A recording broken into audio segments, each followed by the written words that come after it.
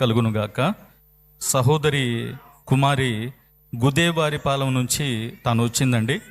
తనకి దేవుడు సంతానాన్ని ఇచ్చాడు. ఆ పాపకు వివాహం కూడా చేయడం జరిగింది. ఆ పాపకు వివాహం అయిన తర్వాత 3 సంవత్సరాలు అయింది, సంతానం లేదు.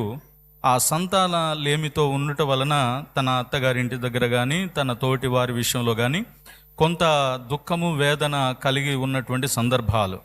అయితే పోయిన సంవత్సరము మనకు జరిగినటువంటి మహాకూటాలకు మన ఆత్మీయ తండ్రి దైవజనులు షాలేం రాజు గారి దగ్గరికి ఈ సహోదరి తన కుమార్తెను తీసుకొని వచ్చి, అన్నయ్య గర్భఫలం లేదన్నయ్య, మరి వివాహమైంది కానీ మరి ఈ విధంగా కుమార్తె చాలా వేదన పడుతుంది, వారి ఇంటి వారి వలన కొంత ఇబ్బంది పడుతుంది, దయతో ప్రార్థించండి అని చెప్పినప్పుడు దైవజనులు ప్రార్థించారు. ఆ ప్రార్థించిన తర్వాత దేవుడు జరిగించినటువంటి కార్యం ఏంటంటే, పోయిన మహాకూటాలలో అలాగున చెప్పడం.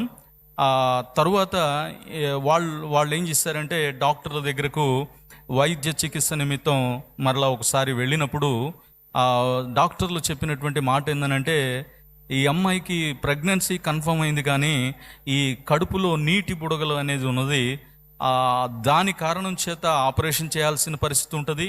ఆ తర్వాత తల్లికి బిడ్డకు కూడా కొద్దిగా ఇబ్బంది కలిగే పరిస్థితి ఉంటుంది. సుమారుగా ₹1,00,000 ఖర్చు అవుతాయని డాక్టర్లు చెప్పారంట. ఈ కుటుంబ ఈ లేక ఉన్నటువంటి కుమార్తె విషయంలో దేవుని సన్నిధిలో దైవజనులు చేసిన ప్రార్థన విషయంలో దేవుని దగ్గర కన్నీరు విడిచి ప్రార్థన చేశారు. దేవుడు చేసిన కార్యం ఏంటంటే, ప్రెగ్నెన్సీ అనేది కన్ఫర్మ్ అయింది, సంతోషం ఉంది. మరి డెలివరీ విషయంలో మరి నీటి బుడగలు, ఈ ₹1,00,000 ఇవన్నీ చాలా కష్టమని ఏడుస్తూ ప్రార్థన చేస్తున్నప్పుడు ఆ డెలివరీ టైం వచ్చినప్పుడు హాస్పిటల్కి తీసుకొని వెళ్ళారు. జరిగిన కార్యం ఏంటంటే, నీటి బుడగలు అనేది సమస్య కాలేదు, డెలివరీ అనేది కూడా నార్మల్ డెలివరీ అయింది. పండంటి ఆడపిల్లను దేవుడు సంతానంగా ఇచ్చాడని చెప్పేసి సాక్ష్యం చెప్తూ ఉన్నారు.